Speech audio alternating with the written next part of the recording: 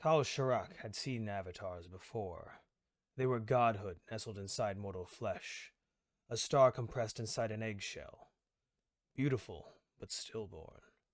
After all, what fragile cage of flesh and bone could house divinity? What cage, indeed? Even without the second sight, the man in front of him would have been an imposing figure, more than 8.5 heads tall, weathered, powerful with the strength of ages. The crown of men was borne upon his skull as if it were a mere bauble, and not a wrought iron horror half and again as heavy as any soldier's breastplate. Even a layman would recognize there was something mythic to humanity's chosen ruler. But Kal Sharak was not just a layman. He was the Archmagos of Ostradun, the last living master of the Second Sight, and his eyes showed him much more than just strength and power. They wove the dreaming and the waking into something more true than reality itself.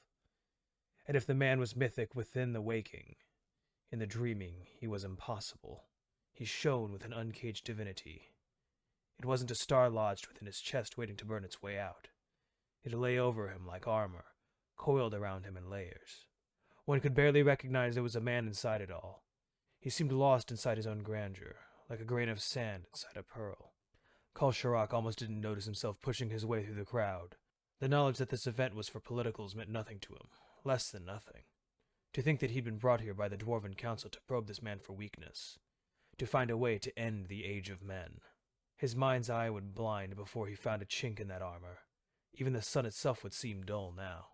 He was through the crowd now, just feet away from the God King. He didn't even consider the consequences of what would happen next. He simply prostrated himself and begged one simple question. How?